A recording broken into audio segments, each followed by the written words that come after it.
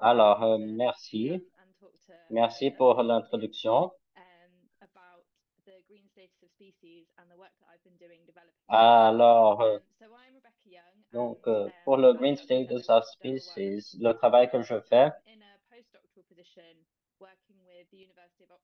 là, je travaille avec l'Université d'Oxford, avec plusieurs collègues qui sont là pour développer le statut vert. Donc, c'est un cadre global que je vais présenter.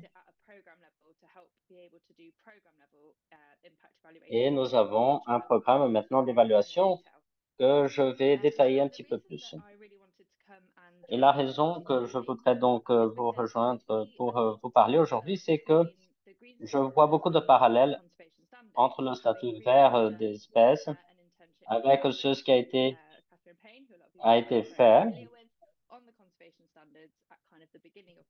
aussi par rapport aux standards de conservation.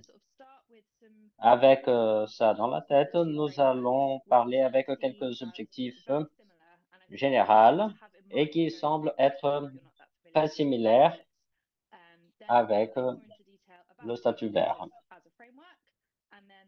Donc, on va parler un petit peu du statut vert comme un cadre et comment ça peut travailler avec les standards de conservation. Alors, tout d'abord, quand on parle des objectifs globaux, donc on veut répondre à la question, la grande question, est-ce qu'on atteint un impact? Et aussi, là, les deux cadres, c'est de la recherche de conservation et la pratique de conservation. Si on regarde un petit peu, on voit l'évaluation d'impact pour voir si il se parle et aussi la gestion adaptative, que c'est la même chose que travailler avec la recherche. Je crois que les deux, donc, essayent de répondre à ce gap que nous avons. Alors, donc, c'est aussi réfléchir, encourager la réflexion à long terme pour savoir où est-ce que nous avons. Et finalement, un aspect clé, c'est donc de partager les résultats. Bon, c'est pas toujours facile de partager, mais il faut avoir dans la tête que quand nous parlons, alors maintenant, qu'est-ce que c'est le statut vert? Bon, plusieurs d'entre vous, vous connaissez déjà la liste rouge de l'IUCN. Donc, ça va évaluer le risque d'extinction des espèces et aussi un standard global pour informer l'action de conservation. Mais il faut comprendre l'impact de la conservation et c'est pour ça que le statut vert des espèces et de la IUCN, c'est où ça a été développé, mais c'est une nouvelle partie de la liste rouge. Et là, on peut voir sur le site, mais ça aide à comprendre quelles sont les espèces qui sont en risque et comment est-ce qu'on doit travailler pour récupérer ces espèces et aussi les actions futures de conservation qui sont importantes. Donc, il y a un point important que nous devons faire, c'est d'éviter que ces espèces soient donc extinctes. Donc, on veut que ces espèces vivent dans un écosystème. Et il y a 5 points clés pour cela. Il y a 4 mesures d'impact qui parlent sur le statut des espèces. Donc, je vais les introduire ici et après, on va détailler un petit peu plus. Donc, tout d'abord, c'est que on veut fournir un cadre standardisé pour mesurer la récupération des espèces et comme ça, on peut comparer les résultats. Une autre chose aussi que nous voulons comprendre avec ce cadre, c'est qu'est-ce que la conservation a atteint jusqu'à présent? Et aussi, quand dépendant les espèces sont par rapport aux actions de conservation. Donc, on parlait de la mesure de la dépendance de conservation et comment les actions auront un impact sur les espèces dans un futur proche et quel est le niveau de récupération des espèces pour atteindre un résultat à long terme. Donc, le potentiel de récupération. Alors là, quand on parle de quand est-ce que les espèces vraiment sont récupérées complètement. Alors, la définition que nous utilisons, c'est qu'on va considérer une espèce complètement récupérée quand il est viable, fonctionnel écologiquement, et elle est dans ce range naturel. C'est pas seulement où les espèces sont trouvées aujourd'hui, mais où elles se trouvaient avant aussi. Donc, où c'était historique avant. Alors, là, on voit le condor de la Californie.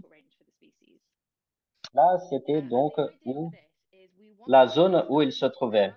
Et là, on veut comprendre comment les espèces étaient distribuées avant l'impact humain.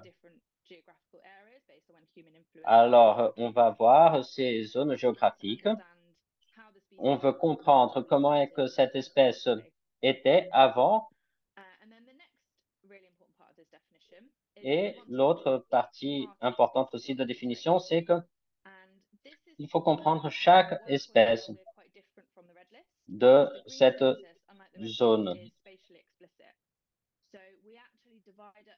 Alors là, on va diviser cette zone naturelle où ils étaient présents, où les espèces étaient présentes.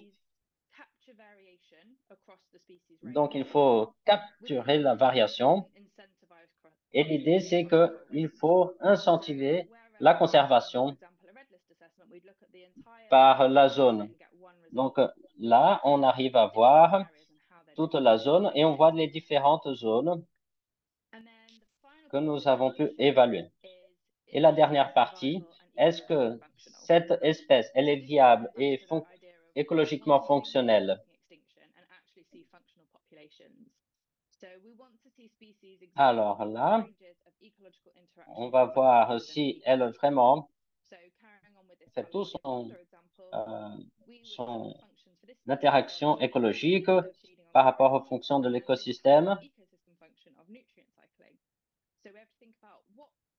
Alors, il faut comprendre quelle est la taille de la population qu'il faut travailler pour que ça travaille effectivement dans l'écosystème. Alors là, ce sont les objectifs de la définition de comment est-ce qu'on va vraiment travailler ce cadre pour mesurer les espèces. D'abord, on va donc placer chaque espèce dans une unité spatiale pour voir si c'est absent, qui est donc le cas pour le bleu. Elle est absente. Elle peut être présente. Donc, elle est là, mais elle peut être extincte. On peut avoir une population viable, que si on pense dans la liste rouge, c'est une population qui est en voie de menace ou pas, et fonctionnelle pour voir si nous avons une population qui peut être fonctionnelle. Alors là, pour les SU, donc unité spatiale, et tout ça va rentrer dans l'équation. Et tout ça, ça va nous donner un pourcentage. Alors, la situation spatiale. Donc, nous avons une mesure. Alors là, il faut faire attention que là, c'est que la population des individus sauvages. Donc 100%, c'est à 100%, c'est vraiment quand ça n'a jamais été menacé, et 0, c'est quand ça a été extinct.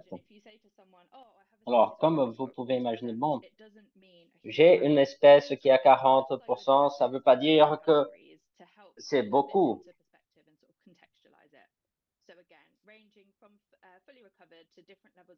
Alors, de complètement récupérer ou pas. Donc, il faut voir quelle est la situation courante de l'espèce. Et j'ai mentionné au départ quelques facteurs importants de ce cadre. Il y a quelques situations de mesure de conservation. Et alors là, maintenant, je vais vous montrer comment est-ce qu'on va calculer tout cela. Et tout ça, c'est basé dans des scénarios hypothétiques. Nous avons des approches pour comprendre comment est-ce que nous voulons que les espèces puissent être dans les scénarios. D'abord, nous avons, pardon.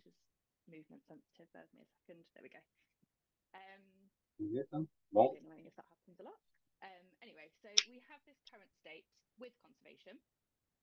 Nous avons cette situation en ce moment. Et pour comprendre l'impact de la conservation en ce moment, nous avons un scénario contrefactuel. Dans une situation hypothétique, il n'y a aucune conservation.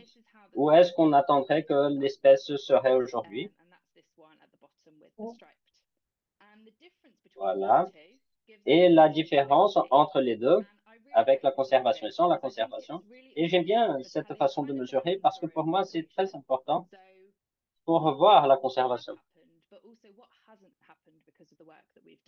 Qu'est-ce qui s'est passé avec la conservation et qu'est-ce qui n'est pas passé à cause de la conservation? Et comme ça, on peut projeter des scénarios futurs. Alors, en 10 ans, si on arrête toute la conservation aujourd'hui, où on attendrait que l'espèce serait? Alors là, c'est le scénario avec sans conservation. Après, la dépendance, pour voir quand dépendante cette espèce est de la conservation. Et dans le même cas, si on continue avec la conservation, où est-ce que nous attendons que cette espèce sera dans 10 ans? Et là, ça nous montre le gain de la conservation. Et à long terme,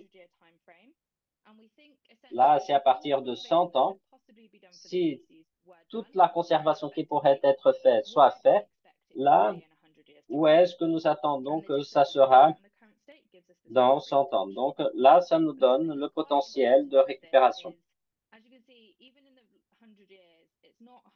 Et même en 100 ans, ça ne sera pas à 100%. Et ça parce qu'on considère les changements que la planète passe en ce moment. Donc, ça nous aide de toute façon à avoir des objectifs réalistiques. Alors, pour l'évaluation, qu'est-ce qu'on fait? Comment on a les résultats? Alors, quelques bénéfices qu'on a. Alors, comme j'ai parlé de l'héritage, si on pense à propos de ce crapaud, Mountain Chicken Frog, il était critique en 2004 et donc on a fait beaucoup de travail, on a fait des recherches, des interventions de conservation, mais c'est toujours dans un état critique. Et si vous regardez la liste rouge,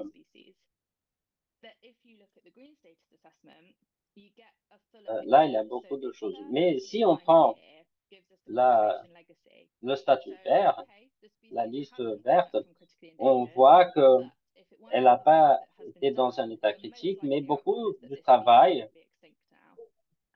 si on n'avait pas fait, donc cette espèce pourrait être extincte. Et comme ça nous aide à voir le cadre général.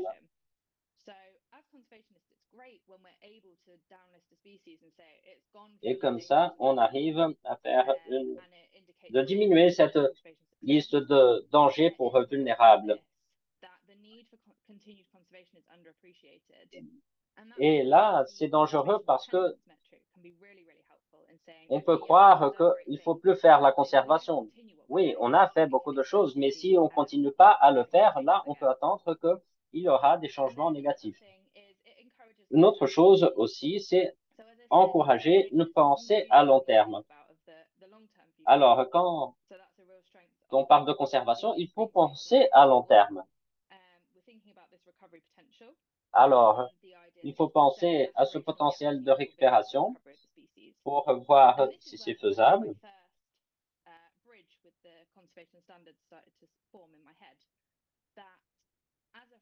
Alors, comme cadre, la conservation, si on pense à long terme, si on va définir une vision, alors là, on pense pas qu'est-ce qu'on va recevoir en 5 ans, qu'est-ce qu'on aura dans 5 ans. Non, on voit vraiment, on a une vision plus générale. Quel est le potentiel de récupération? Qu'est-ce qu'on peut vraiment viser? Qu'est-ce qui est faisable qu'on peut atteindre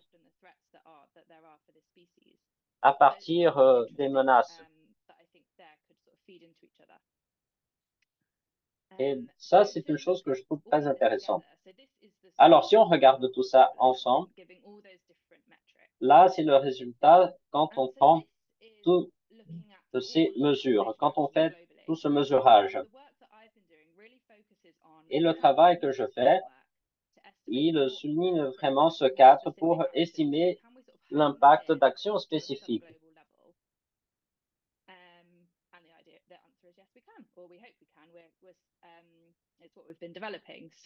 Alors, ça, c'est ce qui est en développement. Alors, quand on voit le programme d'évaluation, c'est pour incentiver et célébrer les actions de conservation. Et comme des gens qui pratiquent tout cela, nous avons besoin d'évaluer l'impact sur les espèces récupérées. Et ça a été fait il y a quelques années pour revoir l'impact de la conservation. Et donc, ça nous montre ces deux scénarios. Quel serait le statut des espèces qui n'a aucune intervention? Et ça, c'est vraiment quelque chose de très intéressant de voir. Mais ça, c'est juste un exemple d'une organisation et c'est pas une façon standardisée. Et c'est là que nous plaçons. Alors, dans un cadre global, il faut donc développer des outils pour pouvoir mesurer tout ça. Je crois qu'il y aura beaucoup de bénéfices pour tout cela. Donc, ça aura des bénéfices pour ceux qui font les politiques.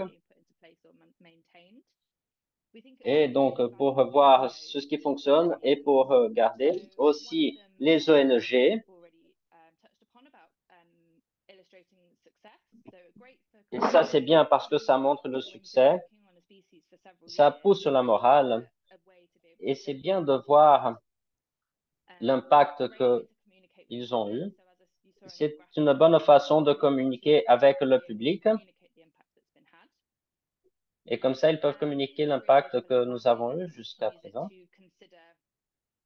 On peut utiliser aussi pour considérer qu'est-ce que nous pouvons faire pour continuer à avancer. Aussi pour les financeurs. Et aussi, c'est pour le public. Comme ça, on voit plusieurs espèces qui sont en danger. Et aussi partager des histoires positives pour montrer qu'est-ce que nous faisons en tant qu'organisation. Et là, ça montre comment nous avons amélioré. Et ça, c'est vraiment un aspect très important. Et maintenant, je vais passer à quelques exemples de cas d'études que je crois que peut intégrer avec les standards de conservation. Bon, d'abord, c'est celui que j'ai travaillé avec des collègues de San Diego. Et on a travaillé à Baja California pour le condor de la Californie. C'était vraiment une espèce très menacée. et ils ont presque disparu. Il n'y avait que 22 individus qui restaient. Donc, on a fait un programme ensemble avec dans plusieurs endroits différents. Et une chose importante, c'est d'abord trouver le programme. Quels sont les partenaires qui sont impliqués? Quel est le scope géographique? Alors, pour cet exemple, c'est là, juste au sud.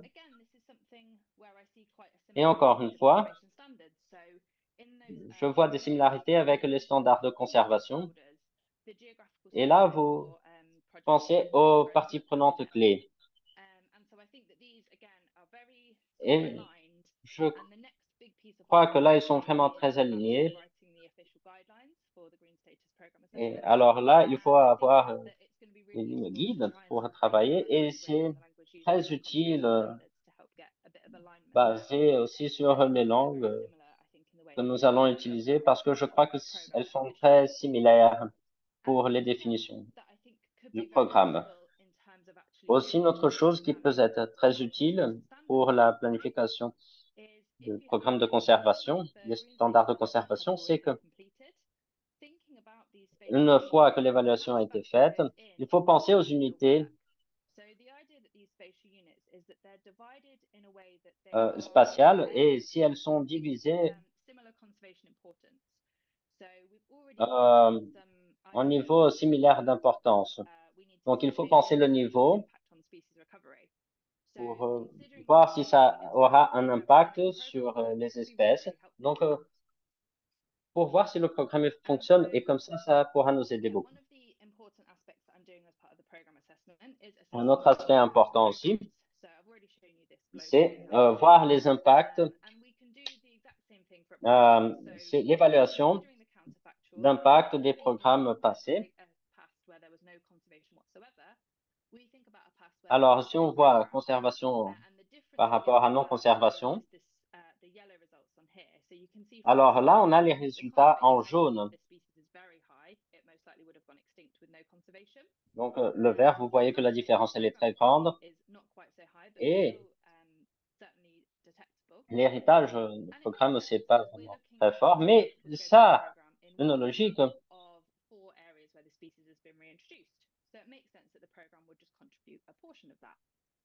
Et là, on voit que c'est juste dans un espace que nous avons travaillé.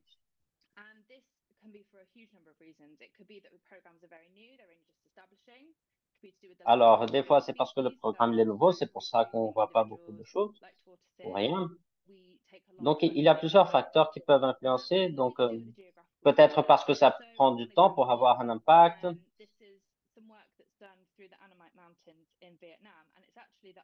Alors, il y a un programme qui était au Vietnam qui travaille avec des différentes espèces. Alors, si ces zones où le programme fonctionne,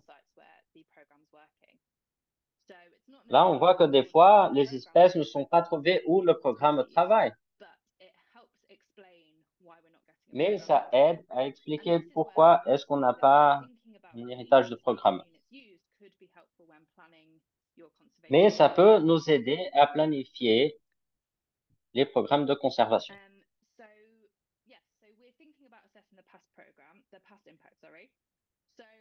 Alors, on voit les impacts passés. Alors, le progrès envers la récupération des espèces globales. Donc, à chaque 5 ou 10 ans, on va réévaluer le programme GSS et ça nous aide à comprendre la contribution du programme envers la récupération. Et avec les standards de conservation, on regarde ça dans une échelle différente. Donc, on essaie de voir les objectifs.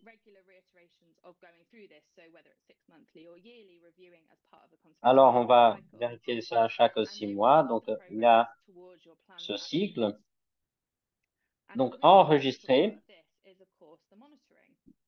tout ça et bien sûr faire le suivi.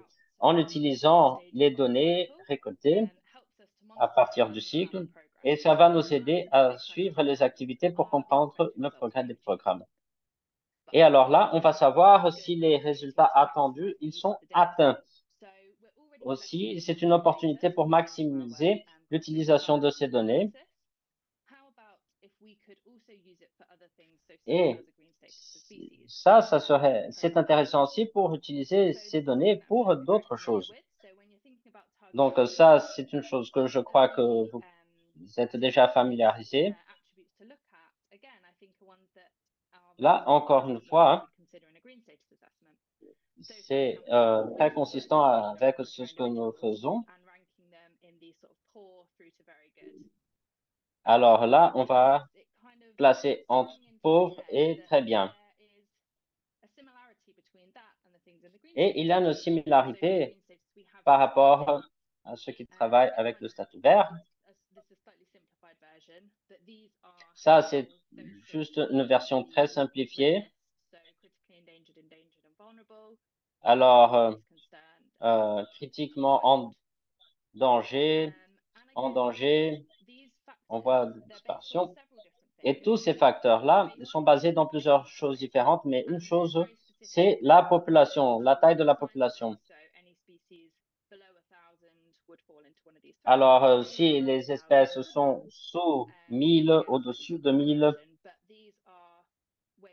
mais là, ce sont des façons où on peut définir tout cela.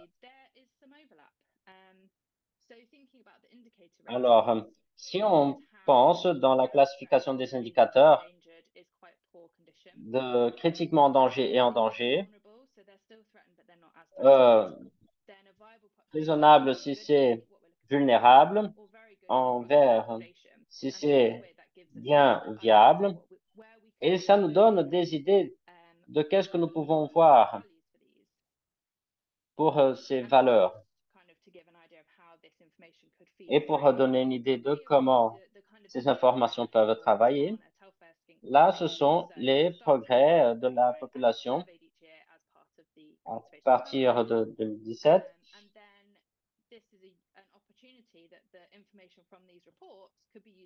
Et là, ce sont les informations de ces rapports.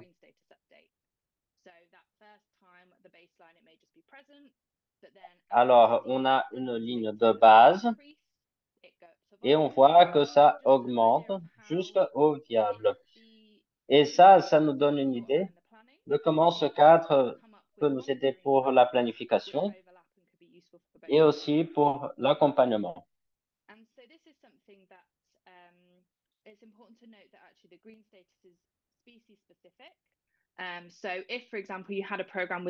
Alors là, si vous avez un programme avec plusieurs espèces cibles, là, on voit qu'il y a plusieurs espèces cibles. Et comme ça, vous pouvez conduire une évaluation globale pour ces espèces.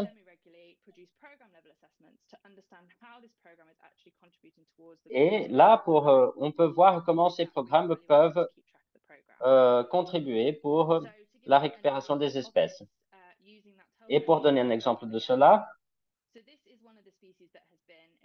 là, c'est une des espèces qu'on travaille. Cette espèce, elle a été très menacée.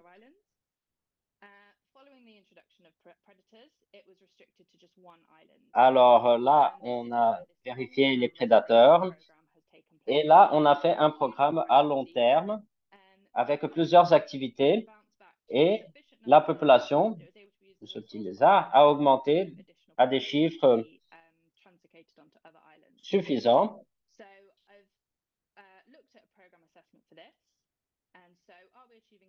Alors, est-ce que nous avons un impact? On peut voir que sans le programme, on allait voir le même résultat. Et probablement, cette espèce serait perdue. Et on peut même voir pour le futur. Si on arrêtait le programme dans l'île, on allait voir que l'espèce allait diminuer, mais ça contribue pour les prévisions futures globales. Alors, ça, c'est pour répondre, est-ce que nous avons un impact? Et sinon, pourquoi pas? Alors, comme j'ai mentionné, il faut voir la géographie. Alors, peut-être que l'espèce n'est pas dans la zone où nous travaillons. Et ici, nous avons une bonne opportunité pour voir, bon, OK, on n'atteint pas d'impact. Où est-ce que nous pouvons changer? Donc là, on va voir un modèle de planification. Alors, il faut élargir géographiquement, ou est-ce qu'il faut travailler avec des partenaires, ou il faut avoir une échelle globale? Bon, les objectifs généraux. Donc, une chose qui est importante, c'est partager les résultats. Donc, les standards de conservation vont promouvoir une culture d'apprentissage. Et c'est ça que nous voulons vraiment encourager dans le programme de statut vert des espèces. C'est le mesurage d'impact du programme et tout ça peut être partagé et comparé pour qu'on puisse voir ce qui fonctionne et ce qui ne fonctionne pas. Et là, je passe à la fin de mon introduction. Et si vous voulez savoir plus, il y a des informations en français, en espagnol au site. Il y a aussi des formations en ligne. Et avec ce QR code, nous avons des liens pour toutes ces informations de formation en ligne. Aussi pour voir si vous voulez contribuer ou pas avec les espèces que vous travaillez. Et vous pouvez nous contacter, moi et mes collègues. Alors, je voudrais juste vous remercier beaucoup. Je suis là pour répondre à vos questions. Et aussi, merci aux eaux de Santiago. Donc, j'arrête de partager mon écran et maintenant, je suis à votre disposition si vous avez des questions. Merci beaucoup. Merci beaucoup, Becca. Est-ce qu'il y a des questions? Je vois qu'il y a des questions qui apparaissent. Ce qui est lié à l'évaluation pour ces standards. On voit qu'il y a des questions au chat.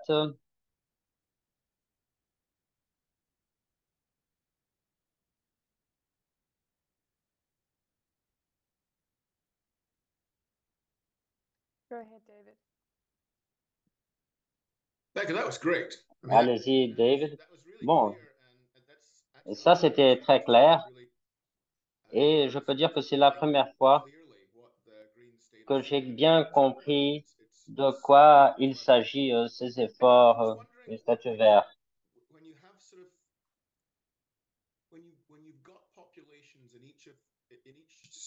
Et quand vous avez des populations dans chaque zone ou région, et quand vous avez ces questions de population dans ces zones-là, vous considérez la question historique quand vous parlez de la récupération complète. Oui.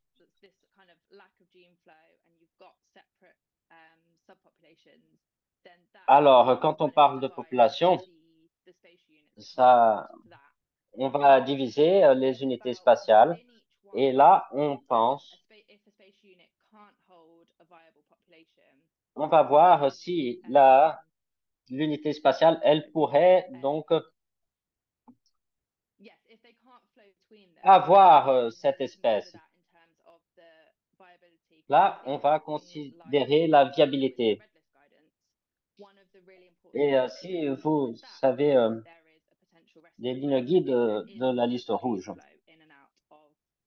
vous allez voir si ça serait possible ou pas pour les différentes populations. Alors, il faut prendre tout ça en considération pour voir si c'est une population viable ou pas. Donc, on va faire cette évaluation et on va voir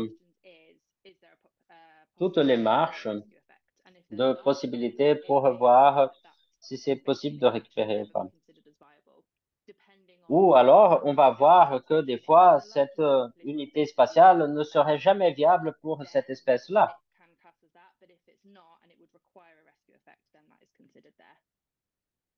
Donc, on analyse tout cela. Ouais, là, c'est compliqué parce que quand on regarde les populations dans des îles, là, c'est compliqué parce qu'il n'y a pas plus de gènes. Mais ça peut être bien aussi parce que ça va éviter la transmission de maladies. Mais c'était très bien. Et Beck a dit oui, merci. Je crois que c'est un cadre très intéressant quand on regarde tous ces points compliqués parce que nous avons tous ces points qui vont nous aider à justifier. Pourquoi est-ce que ça marche bien dans cette unité spatiale et pourquoi ça ne marche pas très bien dans d'autres? Donc, on regarde tous les aspects. J'avais vu une main levée de combien d'espèces ont été évaluées. Jusqu'à présent, il n'y a pas 37 dans la liste rouge.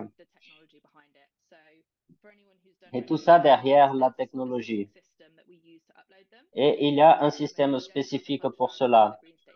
Et on n'a pas la fonctionnalité pour le statut vert. Mais il y a à peu près 500 en cours avec des groupes de spécialistes aussi qui travaillent derrière. Et ils essayent d'apporter tout cela pour des publications. Et j'espère que ça puisse apparaître le plus tôt possible. Hélène, si vous voulez partager votre question. Oui, merci.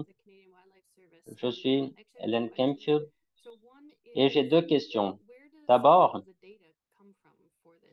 d'où est-ce que ces données viennent? Ça vient de l'opinion des experts. Bon, sans intervention, vous n'avez en fait pas les données. Alors, comment est-ce que vous calculez tout cela? Bon, là, vraiment, on travaille avec des spécialistes, avec des groupes de spécialistes parce que toutes les évaluations, la majorité de ces données, ce sont des inférences. Et aussi, on utilise des proxys.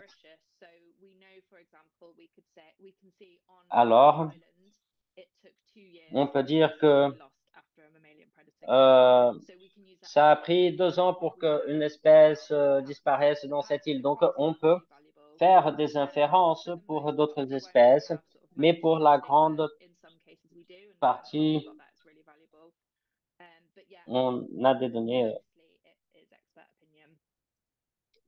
Ces données, normalement, elles sont l'opinion des experts. Alors, est-ce que ça pourrait être appliqué dans l'habitat d'écosystème? Parce que là, on regarde des espèces qui sont menacées, mais est-ce que l'habitat et de l'écosystème, tout ça, c'est pris en considération? Oui. Tout ça, c'est en développement. Il a eu un atelier en Australie pour voir le statut des écosystèmes, mais c'est pas aussi développé que celui des espèces. Donc, on a des écosystèmes, mais celui des espèces, il est plus développé. Il me semble qu'il y a des questions aussi au chat. Il y a une question Quand est-ce que les lignes guides officielles pour le programme seront donc diffusées? Et pour aider à prioriser les ONG, qu'est-ce que les programmes pourraient faire et comment ça pourrait être utilisé comme SDM en tant que les coûts et les bénéfices? Alors, il y a des articles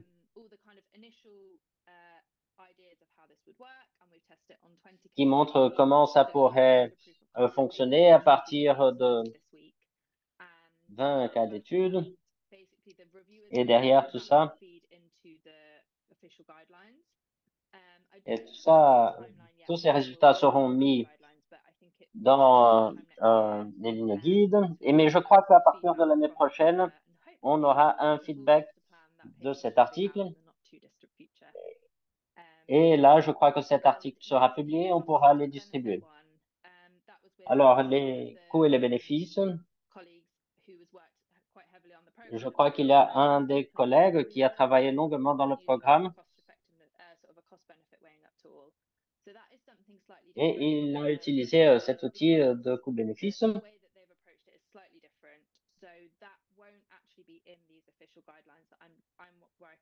Mais je ne crois pas que ça sera dans ces lignes guides, mais peut-être qu'on aura une façon alternative de l'utiliser.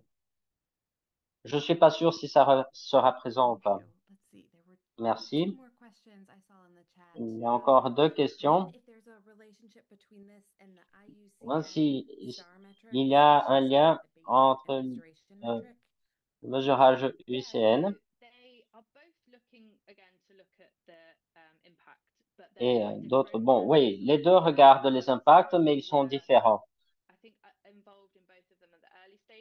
Je crois qu'il y avait des personnes qui étaient impliquées dans les deux au départ, mais ils sont partis dans des directions différentes.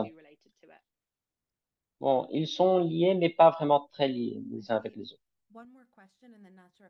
Encore une autre question. Et c'est peut-être une question qui se ressemble un peu à l'autre. Comment est-ce que vous allez déterminer que l'impact du programme de conservation, c'est par l'opinion des experts, c'est ça? Ah, donc oui, pour les globales, on prend l'opinion des experts. Alors, ils auront plusieurs experts qui vont contribuer pour cette évaluation. Et c'est pour ça qu'on recommande qu'une évaluation globale soit faite. Et comme ça, on sait que ça sera déjà révisé. Et à niveau du programme, c'est une chose que nous avons mentionnée dans notre article, que c'est important que ce programme soit révisé et qu'il soit pris en considération dans l'organisation pour savoir si nous sommes réalistiques ou pas.